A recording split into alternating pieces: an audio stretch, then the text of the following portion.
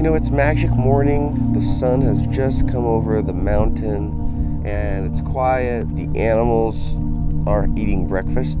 They're kind of like us. The cattle, the chickens, takes them a minute to kind of get going. The pigs get up a little later. They're usually not up until around 9. So some of the kids are still snoozing too, so this is basically like date morning. Not Florida Joe's. We have to wake her up, so she, poor thing, has to get up early. She wakes us up, actually. We've got water to check on. The irrigation water's on that we need to move. We need to milk the cows. We need to gather eggs. So just our kind of light morning chores as we do our daily rounds.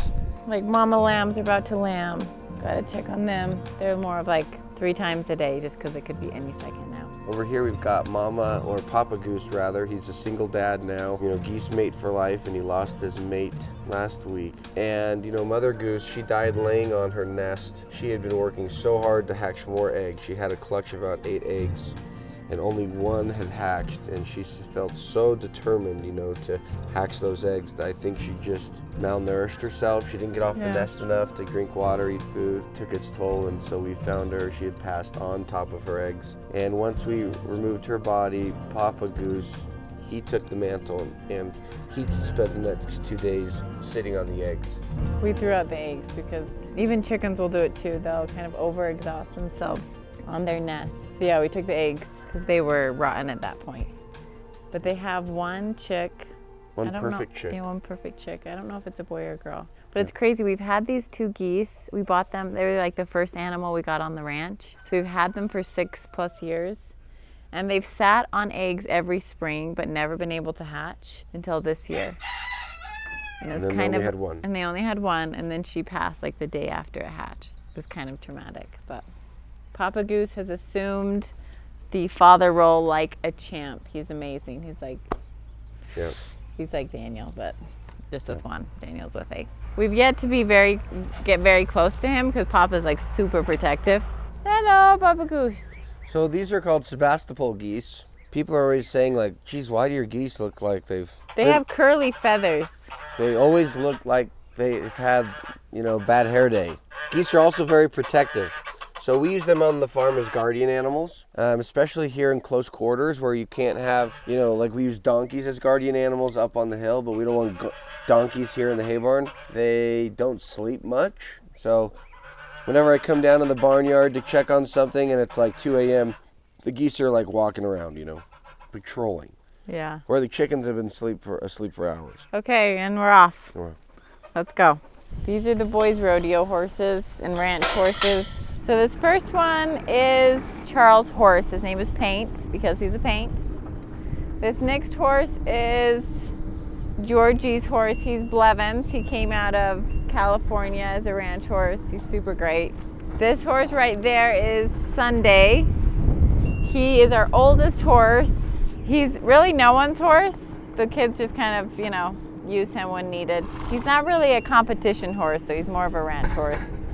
And then that last one over there that Daniel was saying is, he's the alpha of the horses. His name is Donut, and he's Henry's horse. We've had him for the longest out of all these horses. So one of the things I like to do every day is check the horses' water. It's like the boys put the horses away yesterday, and they had the horses' gate closed to their water, so they've had no water in here. So not only do they need access to their water, but all our water runs off of the well and floats and pumps, and so there are mechanical pieces that can break there. Yeah, there's just so many things to a farm that can happen. Like, it was a little bit ago, we were up at the pigs, the water looked great, and then we went back like later that day, and they just seemed really thirsty. And so Daniel went over to the water and he realized that somehow it had gotten turned on to hot water, like super hot water, and the pigs weren't drinking it. Because they have heating elements to warm them in the winter. Yeah. If you leave those heating elements on in the summer, it just gets too hot for them. Yeah, and like, you know, they don't want to be drinking 100-degree water. In the 100-degree sun. In the 100-degree sun. So anyways, little things that can turn into big things. So this is the roping arena that the kids roping in the summer, and it's super fun. You know, they run the steers through here, push them in the the chutes. That's what we do most summer nights, and it's so fun. We're going to the pigs. Well, we're going to gather eggs, so we'll see the pigs. We run the pigs and the chickens somewhat together. The chickens, because they're so small, can go anywhere. They can go under any fence. So they kind of have free range. The pigs kind of stay where the pigs have to be. But we find the chickens spending a good deal of their time with the pigs. Inside the pig pens, there's manure, there's flies, there's grains. You know, these are interesting things for a chicken. This is one of our pig feeders, but we use it for the chickens too. So we come up here and it's got tons of feed. It's got feed in it. It just kind of needs to be pushed down a little bit. And it needs to be spun. It needs to be spun. Okay, I'm going to get eggs. Good morning, chickens. Uh-oh, this one got left up. So we installed these best nest boxes, which are really great because you can see there's hens in here laying. Sorry, hen. They're all full at the moment, yeah?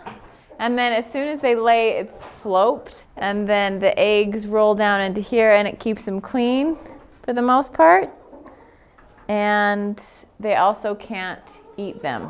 Chickens do like to eat their own eggs, and when they get into that habit, it's very hard to break. A lot of times, farmers would have to cull their chickens if they started eating their eggs because you really can't break the habit. But with these types of boxes, you can still keep the chickens. They can't get to their eggs. As soon as they lay them, they roll away from them, and then they can't get to them. Exactly. That one's cracked. That one's cracked. See, I'm going to go throw my eggs to the pigs. Excuse me? Hello, pigs.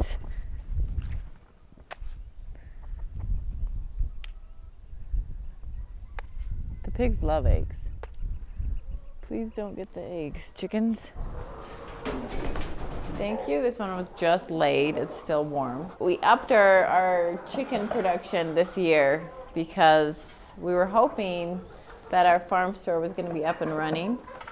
And it's not quite up and running, but we are selling our eggs to 3 different little markets here in Utah. And it's been really fun. Excuse me, girls. Beep, beep, beep, beep, beep, beep. I'm gonna go up to the other coop. This chicken coop here was the very first structure Daniel and I ever built As farmers. This is actually at our very first farm. My brother built it for us, and then we moved it on the back of a trailer 2.5 hours to get to this farm. And it's just... And then we've relocated it. And then, yeah. Twice on this farm. And it's not a mobile chicken coop. We just drag it everywhere with us. But we like it too much. This is kind of where all the grandma hens lay.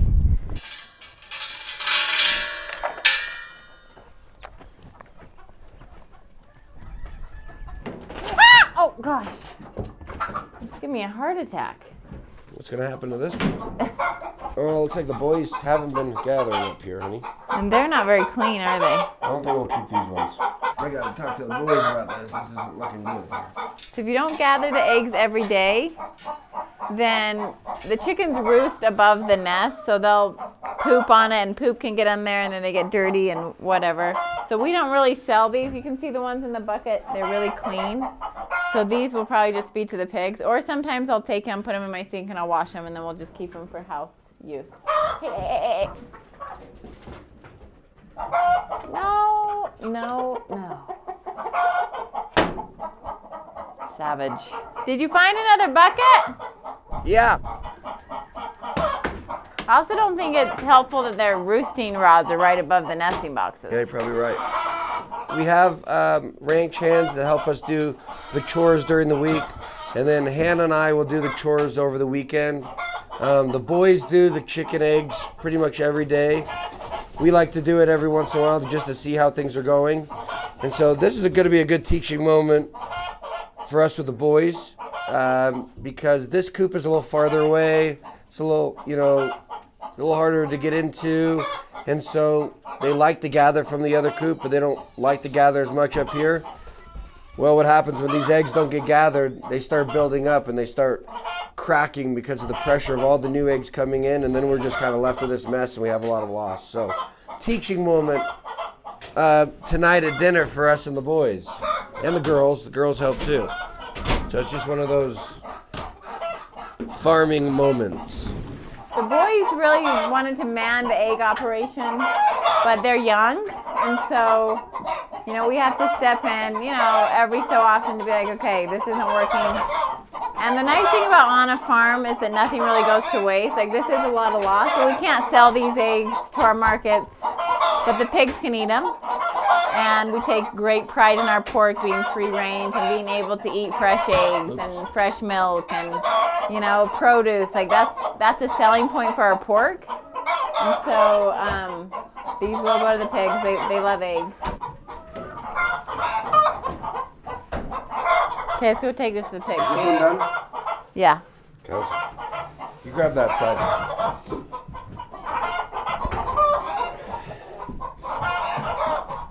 The nice thing about this trough is the chickens can't get in it.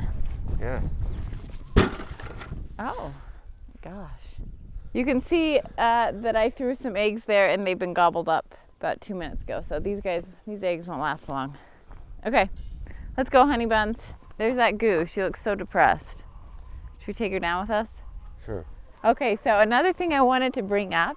So we got a pair of Sebastopol geese to guard these chickens up here. And last year, the papa goose got eaten by something. And so there's just one female goose up here. So Dan and I are thinking of taking her down to join the other goose down in the barnyard. We had one of the pairs that the dad died, the other pair the mom died. So we're thinking of introducing those widowed. They don't have to be lovers. They can just be companions. Friend zone geese. So I'm gonna try to grab her and take her down. She doesn't look happy up here either. She can't. She's all piggy. Cause down there's like tons of fresh grass and water and another goose friend. Cause up here she doesn't have any geese friends. I'll stand on this side.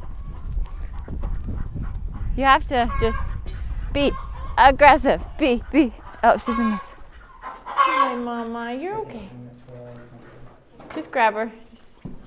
There she goes. There you go. Good girl. Good girl. Okay, let's go. Okay. Now how are you going to take her down on the dirt bike? Let's see. All right. Oh, they look like fast friends. So as you can see, already on the farm, you've met a widowed father goose. The horses didn't have water last night. We had to get them water.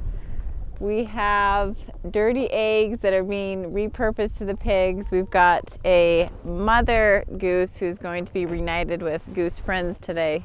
There's always so many things, This is all in an hour's work. Ooh. So we're not going to introduce her to Papa Goose just yet. I think a little separation would be good, and if they become friends, they become friends. If not, no worries, Yes. Let her. These things have to be natural. Oh. She's answered his call. Oh, they're talking. I wonder if he thinks that if she's... I don't know. What do they think? Do not put human emotions on animals. Oh, they're walking towards each other. Gosh. Do you think she'll be nice to the gosling? Like, could that be a problem? Like a Cinderella type deal? No. Just a goose deal. Kind of like an evil stepmother type deal, you mean?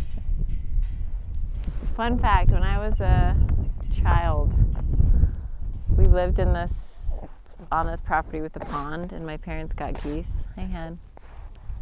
And that was my first pet. My first and only pet was a goose. And I carried her around everywhere. She was much nicer than these geese. She just loved me. Here's new Mama Goose. She's like, wow, you've got a pretty nice house. Is that a real willow? I could get used to this. And then she tragically died in a gardening accident. It was a terrible day, but that was my first. I even have pictures with her. Her name was Alberta. So. Oh, Papa Goose is bouncing. Usually when you put two animals together that don't like each other, they'll attack quite quickly. I don't think geese they just like each other, you know? Pigs are kind of, they have to establish that alpha. To be continued, the goose Saga. Saga of the goose. Okay. Finish your go milk? Yeah? Can you milk? So I'm gonna go get a couple cups so that I can have some breakfast. There's Corinne in there. She is working her magic in the sheep pen. How we doing, Corinne? No lambs yet. I know, they're all looking really close. I'm just getting these jars. Okay, got my maple syrup jars.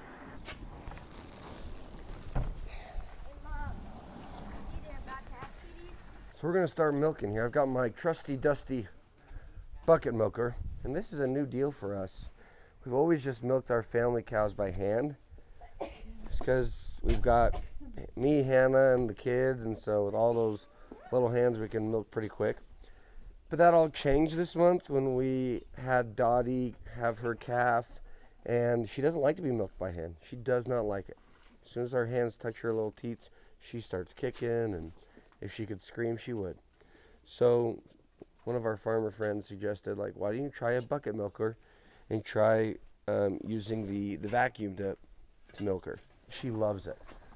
And now she's like turned a new leaf. She's a totally new cow. And so here we are, you know, catering to the critters. So what are these beef? I sold those to my friend at the gym. So Daniel, he always wears his hat to the gym, and so everyone knows at the gym that he's into cows. So one of the guys was like, "Hey, I have a pasture. Do you have any beef steers you could loan me for the summer to eat down all the grass, and then I'll give them back to you at the end of the summer." So that's what these 3 beef steers are. They're going to a guy in town who has some grass, and they're going to eat his grass all summer and then come back. So he can get a taste of ranching, which is kind of fun. So you can see the difference between these beef animals and the dairy animals. The dairy animals are coming over here to greet us. They're like giant puppy dogs. These beef steers, they are so dang afraid of humans. We're driving them like jittery just being this close to them. They're used to being out on top of the mountain, out on the desert, away from people and cars and all the things. That's just the way they're raised, you know. They're not raised in close proximity to humans. So you can see them, it's almost like they're wild deer, you know. And then there's, you know, the milk cows that they're just very comfortable with our proximity, and they've been bred this way for hundreds and hundreds of years to allow humans to handle them and be close to them and milk them twice a day and be members of the family, so. And when we were hand milking her, she would fight to go in the station. She didn't want to go, didn't want me to catch her, all the things. And now that she's being milked by the bucket milker, she's just like happy schoolgirl. Well, you know, lots of people are like, oh, then just don't milk her, you know, because she obviously doesn't want to be milked. But just like humans, if you don't milk the cow, then it can be detrimental to her. You know, she gets mastitis, she gets infection. So she has to be milked out twice a day, especially when she freshens. You know, she just had her calf under a month ago, and so she has a lot of milk. So cows can get sick really fast if you don't get all their milk out of them twice a day. That's why we're, you know, trying to find ways to get the milk out of her the most efficient, most comfortable way for her. So I'm just wiping her teats down, make sure they're nice and clean before I attach the milker to her. Where she's kicking me, and I'm used to that. You know, a cow has 4 teats, and each teat brings milk from a completely isolated quadrant. And so in Dottie's case, I actually counted one time how many squirts it took for me to milk her out. And it took 2,800 squirts for me to milk her out by hand. And one of those quadrants was half of it.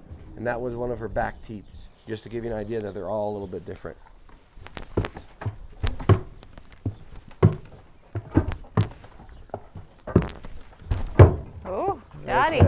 Daniel's so patient. He's been so good. I get out here and she really hates me. She'll try to kill me if she can. I don't think she likes me either, but I've got, cat-like reflexes. I can just get out of her way, Okay, so we have 3 milk cows on the farm. We have Lady, who's the star of the show, but so is Tulip. Tulip's over there. And then Daniel saw this Guernsey cow, milk cow, on the local classifieds last year, or 2 years ago, when she was a calf. Just a little baby bottle calf. Let's raise her up and let's have a Guernsey as a milk cow. And like our Jerseys are just a dream. Like we don't even halter them. We just go where they are. We milk without a stanchion or anything on them. They just love being milked. And so anyways, we bred Dottie. She had her baby and we're so jazzed to like have another milk cow. And she absolutely hates being hand milked, like Daniel said, and she's just like a kicking machine. And so she's kicked us for over a month now. I told the boys, I said, we should start a football team here on the farm. Henry, you can be running back, I'll be quarterback, and Dottie can be the kicker. I thought that was pretty funny. That is pretty funny. So yeah, so anyways, it's been a new experience because we've never had a cow that has been like this. Yep. So we're trying to figure it all out. Like Daniel said, she loves being milked with the suction cups, and so she's going to be a perfect candidate for the new dairy, which is over there. Hello, dairy.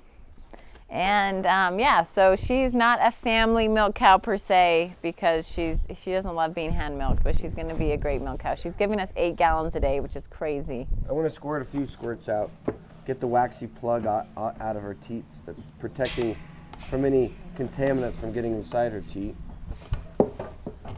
Okay, so she's ready to go. Okay, Henry, show us how you attach your milking bucket. Okay, so we have to tell her. Okay, Can you do that? so Henry wants me to tail her. So what this means is, so she doesn't try to kick off the suction cups, I'm going to lift her tail up in the air, and then that kind of keeps her from being able to kick her legs. It's uncomfortable for her to kick when her tail's that high in the air. This is a lot. For you people that aren't around animals, you're going to be like, what's going on? But she's been a learning experience. We've tried everything, and so this is the happiest she's been in over a month. So we're just going to do it. Daniel holds the tail while they get those on. And once they're on, she loves it. You can see that milk starting to flow. Okay, that's good. You can milk that. Okay, then Daniel just lets go of the tail and then she's good to go. Good girl, Dottie. Good girl. And she's just so much calmer with the milker. She just loves it. So I will introduce you to our new ranch couple here on the farm. So this is Aiden and Corinne. Aiden's from Ohio and Corinne is from New Hampshire. So yeah. Lots to remember, right? No, I know where you're from. I just couldn't think of it. So they've been on the ranch for what? I've been here for a little over 2 months, and Corinne got here. How long has it been? A few weeks now? Yeah. And Corinne also brought with her cow named Goose, who's not over here. She's over by the dairy, right? Yeah, she's okay as well. But it's so funny, they go on walks together, and we see Corinne walking down the road with her cow. They're a team. Probably the most friendly animal at Ballerina now. I know. So these guys, like I said, those 3 steers are going to a family in town to graze off their grass. So that's what. Yeah, we got a pot load in yesterday, so a semi truck came and dropped off 80, about 600-pound steers, and these 3 we sorted off, and we'll give them to him, and he's going to just try and graze them on the land this summer. So he took 1 or more donkeys that we've had here before. Yeah, he took Margot's baby donkey last year. Yeah, so it's always fun to visit and see the donkeys growing up, and we'll go take these to him now. See you guys. Thank you. About 7 minutes is all to milk her out. You can see this bag. It was tight and full. Now it's starting to shrink and get kind of wrinkly. They're coming down. So George is the cow milker for Lady. So whenever George comes, she starts to moo, She's like, George, milk me. Do you like Lady, George? George went out of town with Daniel the other day, and I had to milk Lady, and she was very upset that it wasn't George. So I'm gonna have George fill up my cups for me. Come here, my babe.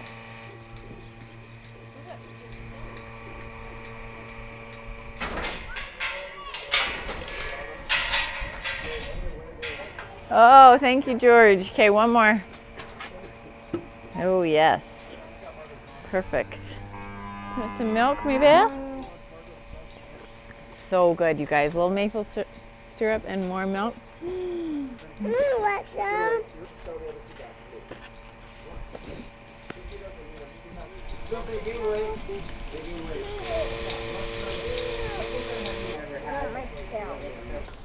Did you get very much? I got a way bigger milk house. Yeah. But yeah, she's giving us between like 6 and 8 gallons a day, which is a lot. So we want to show you the baby donkey before we wrap things up. Okay, now's our chance. Oh, I don't think we're gonna make it. Ah! Okay. Hello, Marco.